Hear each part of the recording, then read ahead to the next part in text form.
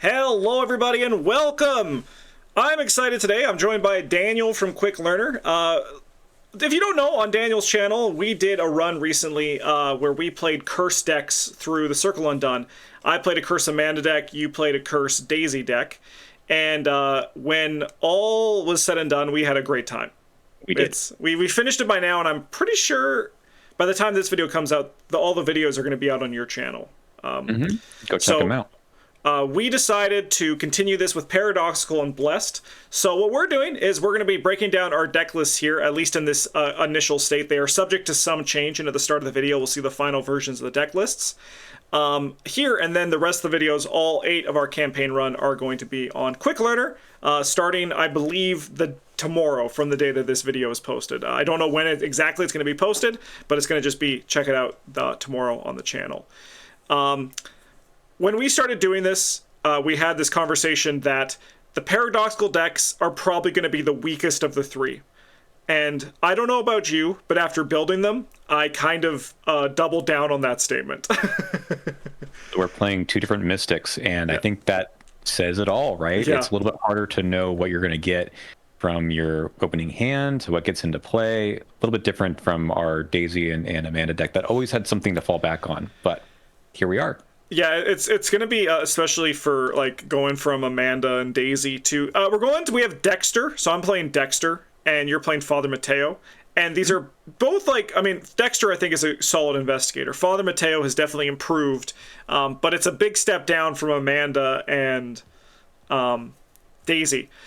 We had some other thoughts. We were like, is it a mistake that we're not playing Kohaku? Maybe, but then we started building the Kohaku deck. Well, I started building the Kohaku deck, and I was like, this ain't it. This is not, it's just, there's just something about it. The vibes are wrong. So I stuck with my Dexter deck, and the Father Mateo deck we actually wanted to start because of the Diadem, which we'll get to once we start breaking down the cards, which notably is actually not here because it does cost 5 experience. But you have the benefit of starting with 5 XP, and I took it in the thick of it to start with 3 XP. So why don't we start with yours? What was kind of your initial thought process, and then we can start looking at the cards through the scans here on Arkham Build, which you should all check out if you're watching at home. I think the basic premise of playing a paradoxical deck is that you want to draw both the Bless and Curse tokens and not really have any other payoffs other than you automatically succeed, which is pretty good. So we kind of talked about, do we run the Curse spells since we didn't see them in the last run? And kind of, no, they don't really maybe, I mean, they're good, but they're not really doing what we want these decks to do, which is to upgrade into just taking actions and passing with the Twilight Diadem and whatever else we can come up with. So Father Mateo's Elder Sign, I think, is really a good target for that. So we're all about trying to add Bless Curse tokens in and drawing them, and I don't know if it's going to work, but we're going to find out. Yeah. Yeah. We had a few cards, like, shortlisted that we knew we wanted to consider. And we got most of them. I think our plan is to include most, if not all, on that list. So you might be looking at these level 0 decks and being like, these don't look that paradoxical, and we agree. But the nature is that most of the paradoxical, like, payoff cards or support cards exist at higher experience levels. Yeah, so I took Token of Faith level 3. I've never played the card. It seems really good for the ability to add Bless tokens in and taking extra actions if you fail tests. That seems quite good. I've never played it. I know you have, so I'm looking forward to checking it out. And then our other 2 XP goes right into the Paradoxical Covenant. So I learned my lesson from last run where I didn't throw the Covenant in early enough, and I suffered a bit. So yeah, this is going to at least be a little bit nicer for that. Like, this one isn't as... It's not as reliable, like, as Blasphemous Covenant in terms of helping you pass the test, but it is still something that potentially it will work. And I don't know how else to make sure we draw tokens other than running Alvic Bride. So she's here for the token manipulation shenanigans as usual. And then what are for the assets for spells? You have the Rite of Seeking, classic. Yeah, we decided to kind of split up and be. So this time I'm going to be getting clues, and you're going to fight kind of the reverse of last time.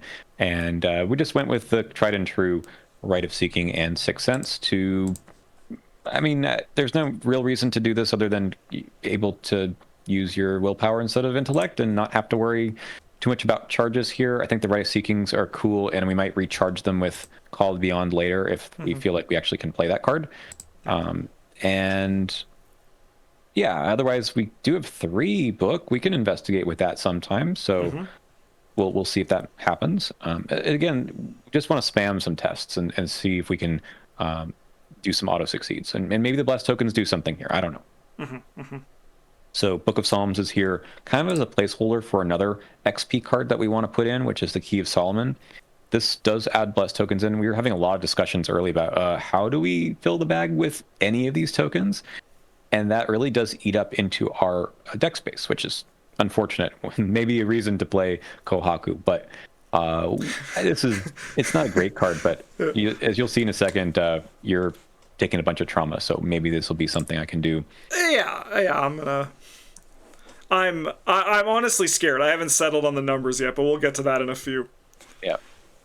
Anyway, a bunch of allies to try to draw stuff and draw tokens. I think that's about it for the assets, right? Yeah. We love Arcane Initiate just in general. I mean, there's for so sure. many Especially spells in here. Because as we see, there's a bunch of spells once we get into our oh yeah, I'm just gonna go there. Into our events. So we're looking at spells first. So we have Read the Signs, 2 copies. Spectral Razor, just 1 copy here for getting maybe the Serpents of Yig out of the way, or maybe just a 3 health enemy that you're already dealing with something, and I can help with that a bit. Spin Curses, kind of the same idea. I think it's a good card. Should we announce what we're playing? Oh yeah, let's announce. Yeah, because I'm gonna have to definitely talk about it in mine. Yeah, so we're gonna play Path to Carcosa, and the 3rd scenario does have a lot of enemies that could get some doom on them. Why not just delete them with a string of curses? I think it's just a good panic button in general, and we can deal with the doom some other way later. And it's a spell too that even one of those things where you could like use it to tie down your serpent one turn, and then if you draw the second one, you can even just be like sayonara, right? Like it is like a 2-card combo, especially when your Arcane Initiate's getting you spells, right? And then Voice of Ra and War Protection, like these are just cards to put in Mystics these days, especially when you've got a lot of symbols to draw with your Voice of Ra. There should be double the number of symbols as last time. Yeah, and you were getting pretty good on those last ones, so this one's going to be probably pretty good. And then more stuff to add tokens in. We have access to Bless cards, so Keep Faith is a really good way to do it. Costs a little bit, but maybe in the future I put in Prophetic, or maybe we upgrade this to level 2, which doesn't cost any resources. Yeah. And Tempt Fate. There's no reason to not run this card. Yes, if you're playing Paradoxical, it's basically... But it's kind of funny, because it's like, if there was a card I would love to cut, it would be Tempt Fate, but we also like kind of need Tempt Fate. Yeah. So the way that this works, right, if you add only 2 blesses, you don't get to add any curses, is that right? Yeah, you need to add 3 curses. Yeah, you need to add 3 curses. If you don't add all 3, then you don't add any blessed tokens. Yeah. Which notably might be an issue. But we're gonna get. I think like it's gonna be an issue when we start. But we're gonna get into some good stuff later as we get into this. Notably, to use the Key of Solomon to remove tokens, I think that's going to be helpful. Yes. For making sure we can play the rest of these cards.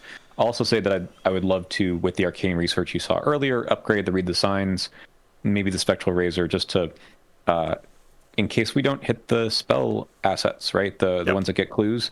Recurring Read the Signs every turn, that's really good. That can just win you the scenario, I think. Yeah, and I'm looking at similar things with my upgrades as well, because I think that's kind of also... to pull the curtain back, neither you nor I were actually particularly happy with how these decks shaped up. We were both kind of just like, I thought they're good, but we're lacking the confidence of it showcasing the paradoxical thing. Like, we feel like we're going to be able to pass the first scenario because the decks are, like, functional decks. But, like, I feel like we're going to see the paradoxical stuff in, like, scenarios 5, 6, 7, and 8, assuming we don't die in the asylum. One of the things that we talked about as well was, like, what's the hook for this series? Mm-hmm. And trying to not lean into, like, oh, just put good Mystic cards in that, deal with symbols. Like, that could be any deck. What makes this a particularly paradoxical deck is something we'll get into later, I suppose. But it's tough to... It was easier to pull that off with the Curse deck because we knew we just wanted to deal with the Cryptic Grimoire and showcase that card and showcase Amanda putting curses in every single turn one. Yeah. But this is a little harder. We didn't quite figure out as strong of a hook that you could do from the very beginning. Yes, yeah. Then you have a few skills to close it out. Yep. Guts, Perception. We can do some basic investigates. We also can commit Perception to redesigns to just draw things. And then a couple copies of Prescient. This might leave sooner than later, but again, if you know that symbols are coming up, you know, you have Olive, and there's 20 curses and blesses in the bag, might as well return some of those other spells from the discard pile. Could be a cool combo with the String of Curses. Could be a cool combo with the Read the Signs before they get upgraded. Yep. Voice of Ra. You know, it's a good card. Yeah, for sure. For sure. That's it. All right. Let's go to my deck, where, as I said earlier, I'm playing everyone's favorite magician, Dexter Drake. And I, too, had some issues with trying to figure out what the paradoxical thing is. So what it is, I'm going to actually just open up a new tab, and we can like talk about some of the cards that we're kind of like going for in the future. So the Key of Solomon, as you mentioned earlier, right, is one of the plans that we're going to do to take advantage of these Curse Blessed tokens. A lot of the time I see Key of Solomon actually kind of used more for like repeatedly triggering one of them, but I imagine with this we're going to just like whichever one triggers in that moment, we're looking at like doing that each turn to get the value off of it. There also is the Right of Equilibrium, which I imagine, I think this card actually is going to be really good, especially in the final scenario of Carcosa. It can be really helpful to us there, which I think is going to be... The Seal of the Elders, right, is a card that has potentially horror on it that you can heal from with this card, which you otherwise can't heal from because these guys are not allies. Yes. So it's like one of those things. Yeah, so Seal of the Elders is definitely something that you're thinking as well as putting as this goes. So how it is kind of looking is the Father Mateo deck is kind of representing the idea of paradoxical in terms of trying to resolve multiple tokens in a test, because you're going to have the Broken Diadem in your game plan as well, which is going to include a huge payoff with this card. Like, absolutely crazy. It's like one of those things we were talking about is like, how do I find that card draw or those extra actions to move? And this might just be that, right? Because maybe sometimes with Father Mateo, your Elder Sign just says move to another location, right? Which is really good. Yeah, sometimes it also is just draw a card and gain a reason, or sometimes it's take another 6 cents, and that's why it is so powerful. It's so open-ended for what it is. So that's what the Father Mateo deck is. My deck is kind of showcasing the rogue part of paradoxical, because it is kind of paradoxical in a lot of its cards, but they're kind of awkward to put together. So I'm using things like Lucky Penning as just like, I don't care what I draw, I just want value, right? Another one that I'm also looking at is the Eye of the Djinn as we get into this, which is just going to be, again, I don't care, I'm just doing value. So I can use this as a way to investigate, or I can use this as a way to fight an enemy with my fist, or an evade, or a test, like a treachery test. It's kind of like one of those things where I'm not going to get as much use of it actively, because I'm using my brain for my stuff, but I'll just have it to trigger once per turn. And don't be surprised if in the campaign you see me using this actually during a brain test, just because I want that extra value that might come from it. How does that work with Lucky Penny? Does it become that thing? Does it trigger for that? Like, because like, is this a replacement effect? Yep. Wow, this is going to be a wild time. And you did say that, I imagine I'm going to get sick of Lucky Penny. You did predict that, so we're going to see how that goes. But let's talk about my deck. Yeah. Let's talk about my In the Thick of It XP first, because I did take an In the Thick of It. And I brought in a Priest of Two Faiths, a one of, and then the Paradoxical Covenant, because it made me feel like I was actually doing the goal of the deck by having the Paradoxical Covenant in my deck in scenario 1. I did take Arcane Researches, Down the Rabbit Hole, and In the Thick of It. So we're going hard on the XP, but we're also going hard on the trauma.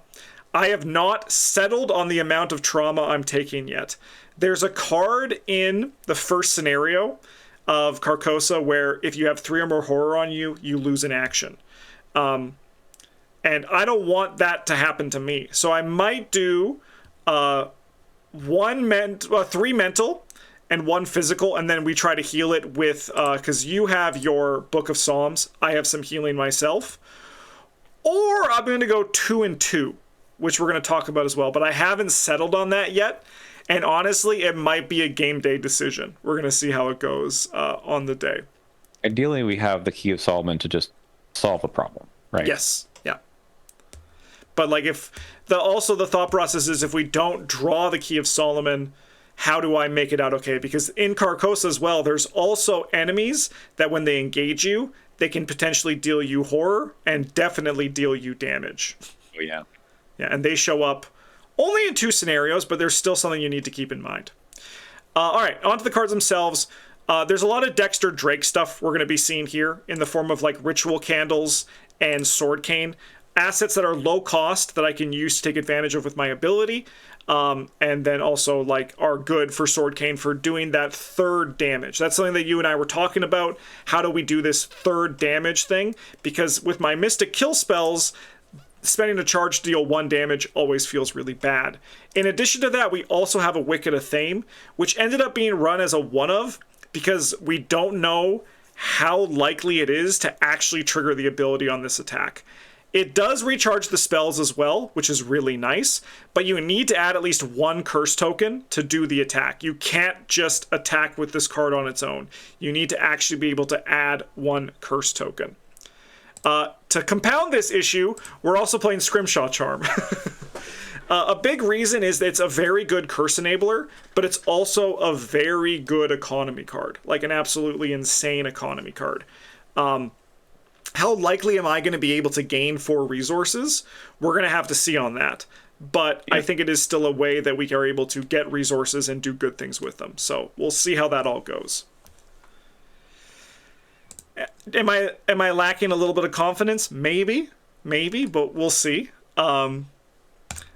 Molly Maxwell, I went with Molly Maxwell for my signatures instead. I think that's just a notable say. So this is the book signatures. I'm not doing the actual Innsmouth signatures. And the main reason for this is it allows me to grab my upgraded cards that we're going to be putting in as exceptional cards. Because I could say Charm, and I can find that or this. So we're going to see kind of like how these are going to go. Also, works really well with Key of Solomon. If we ever need to, like, if we're looking okay and they're like, hey, why don't we heal up Molly and just have her keep doing her thing, which is a really nice thing that can happen there. Okay. My kill spells, Azure Flame and Shriveling, like your Sixth Sense and Rite of Seeking, it just works well. I, however, am not playing Wither. Even though I've become a Wither believer, I think a big part of that is you need to also be playing all of McBride, and I am not. So I also think when you're running Cursed and Blessed, Wither also goes way down. And like we even talked about with your Sixth Sense, right? Like that value is going to go down, but just it being a Brain versus Shroud might be good enough. Mm-hmm. I got Living Ink as another asset to work with Dexter, but also just be good value in the future. Like I think this card is actually going to be like really good going forward.